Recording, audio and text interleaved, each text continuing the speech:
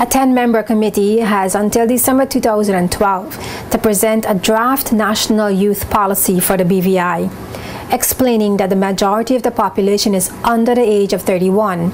Minister responsible for Youth Affairs, Myron Walwyn, said the national youth policy will ensure this section of the population is considered in future development planning. The policy will guide programs and plans to foster youth development, exposure and education, so that our young people will be ready to assume their responsibilities as the heirs of this territory that we call the Virgin Islands. I want to impress on the National Youth Policy Committee that your task is not at all small, but I know that you guys are built for it and anticipate that you will help bring along your peers from throughout the Virgin Islands so that the final policy aptly reflects the sentiment and vision of young people in this territory. The members of the committee tasked with drafting the national youth policy include Drusilla Foy, Shari De Castro, Mitch Turnbull, Bevan George, Sabrina Matthew, Lauren Welch, Jessica Colwood, Zaverna Samuels Foy, Theodore James, and Coyle Evans. To assist in the drafting of the youth policy, the committee will look at policies developed by other Caribbean countries and also get feedback from the community. Youth policy committees comprise of 10 persons who are tasked with producing a document with which the government, through the Department of Youth Affairs, can use to conduct all youth affairs in the Virgin Islands. The committee will have public consultation throughout the Virgin Islands.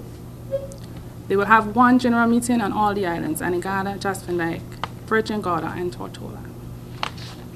The policy will cover areas such as juvenile justice, leisure time activities, substance abuse, employment, youth leadership and participation, cultural and national pride, the environment, and so on. On completion of this policy, the Virgin Islands will have a document that will chart the way forward for all young people. Minister Walwyn pointed out that other countries have adopted working youth policies since the 1990s. He said an attempt was made 16 years ago to develop a national youth policy, but he is confident that this new committee will present a draft that will be acceptable by Cabinet. Since the early 1900s, or 1990s rather, governments throughout the Caribbean began the development of their national youth policies to coincide with their public agendas. It has been important for all countries to understand that young people must be considered in any planning and development for society. Since then, most, if not all, Caribbean islands, even our fellow overseas territories, have all developed working youth policies that provide a framework for governments to reference when planning.